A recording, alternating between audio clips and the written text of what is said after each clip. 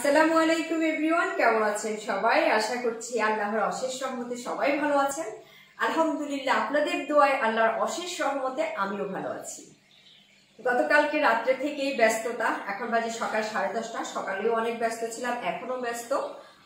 দুপুরে বিকাল পর্যন্ত হয়তো ব্যস্ত থাকবো, কারণ বাসায় মেহমান আছে। আর গানটা আসলে যদিও আমি বলতে পারবো না, আমার সেরকম সুরেলা কণ্ঠী না আমি, তারপরে গানটা খুব বেশি মনে পড়ছে। গানটা এমন, বলি ও নদী আর দুমুঠো চাল ফেলে দে হাড়িতে, ঠাকুর জামাই এলো বাড়িতে।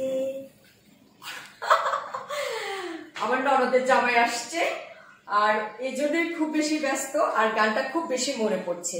তো এই ব্যস্ততার জন্যই সকাল থেকে ভিডিওটা শুরু করতে পারিনি। সকালবেলা আমার ননদের জামাইকে রাত্রে আসছে অবশ্য, তো রাত্রে খাওয়া দাওয়া করে তো ঘুমাই গেছে। আমি যেহেতু আগে জানতাম আসতেছে, রান্না করেছিলাম। আর সকালবেলা উঠে ভাজি, গরুর মাংস, ডিম পোচ, রুটি দিয়ে নাস্তা করে দিলাম। নাস্তা খেয়ে বের হয়ে গেছে, একটু কাজ আছে, কাজেই আসছে মূলত। শুধু আমার ননদের জামাই আসছে। আর আমার ননদের ছেলে ও উদ্যানে পড়ছে, তো বলেছে ওকে হোস্টেল থেকে নিয়ে আসতে, তো ওরা দুজন দুপুরে খাবে। এই জন্য একটু ব্যস্ত, কারণ আমার বাসা আসলে সেভাবে কেউ আসে না, আমার শ্বশুর বাড়ির আসা হয় না, সবাই ব্যস্ত এই জন্য। তো অনেকদিন পরে ননদের জামাইকে পেয়েছি, ভালোভাবে তো আপ্যায়ন করতে হয়, তাই না?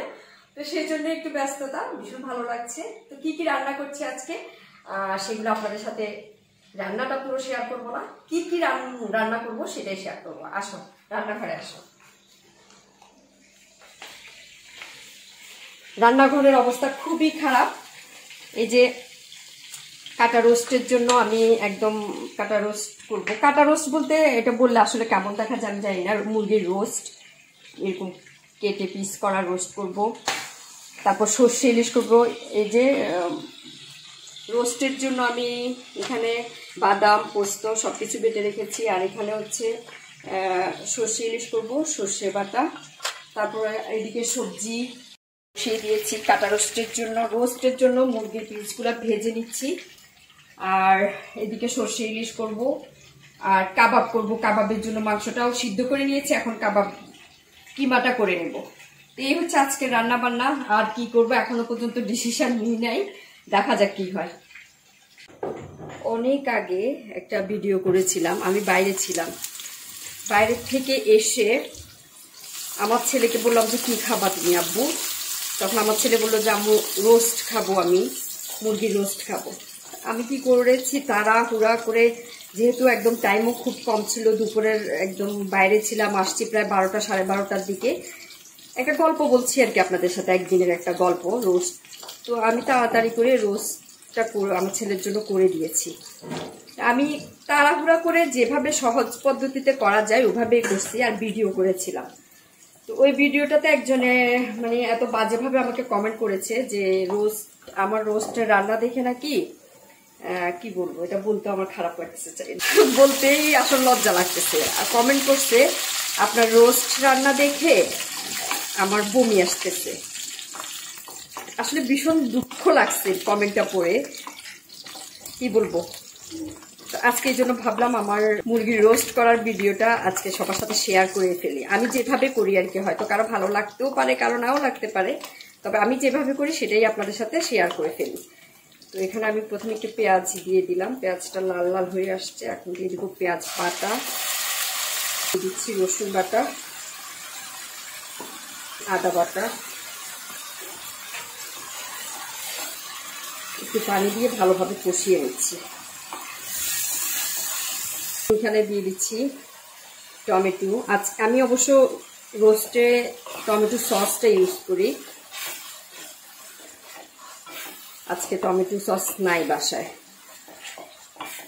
আসলে যখন যে পরিস্থিতিতে সামাল দেওয়া যায় সেটাই করাই উচিত, আর সেটা করতে পারাটাকেই আসলে পারা বলে আমি মনে করি। দিয়ে দিচ্ছি স্বাদ মতো লবণ। টমেটোগুলো একদম ভালোভাবে পেঁয়াজের সাথে গলে যাবে, তারপর আমি অন্যান্য মশলা দেবো। এখন আমি দিয়ে দিচ্ছি মশলার গুঁড়া, জিরা, ধনিয়া একসাথে।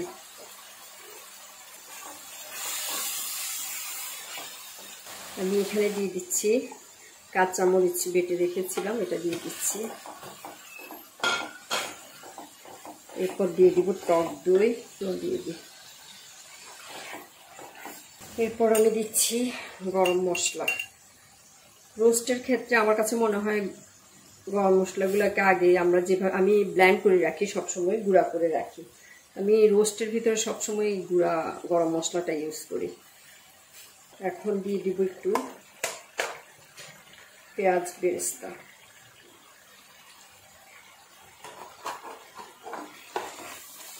ভালোভাবে কষিয়ে নিব। মশলা খুব ভালোভাবে কষিয়ে নিয়েছি। আমরা এখানে 2টা মুরগি আমি দিয়ে দিচ্ছি।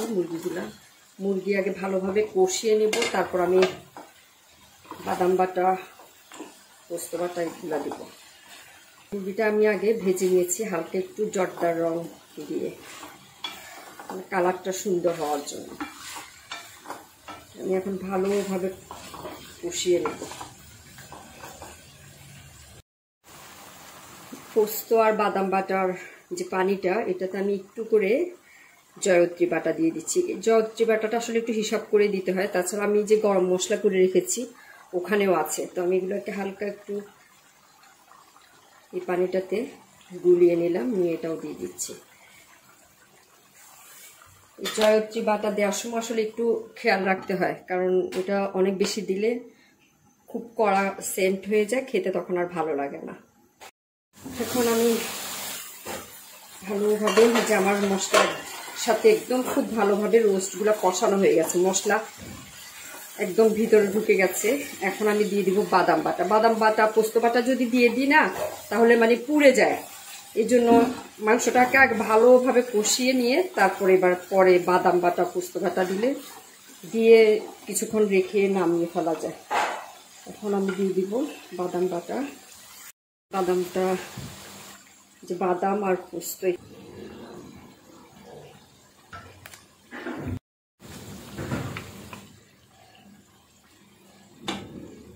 বাদাম বাটা পোস্ত বাটা দেওয়ার পরে এটা স্বাদটাই অন্যরকম হয়ে যায়। আমি মনে করি না যে রোস্ট রান্নার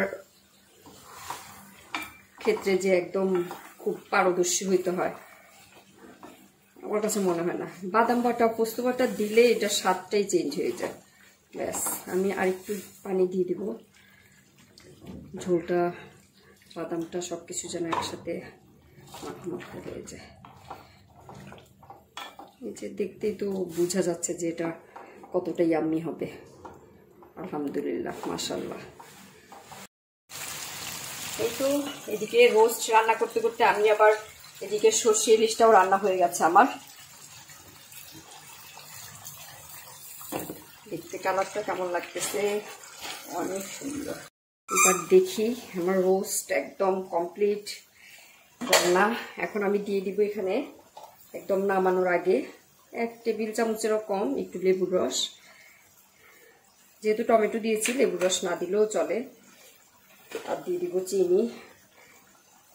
লেবুর রস যেহেতু ইউজ করেছি, অবশ্যই চিনি দিতে হবে। আর রোস্ট একটু মিষ্টি মিষ্টি হয়, এটাই স্বাভাবিক।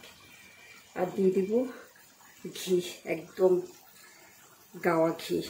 ব্যাস, এভাবে ঢাকনা দিয়ে রেখে দিব আরও 10 মিনিট এভাবে থাকবে। একদম ডিম আছে তো, এই তো একদম রোস্ট রান্না হয়ে গেছে। এখন ডিম আছে রেখে দিলে তেলটা উঠে আসবে, আর সার্ভ করার সময় আমি আবার পেঁয়াজ বেরেস্তা দিব।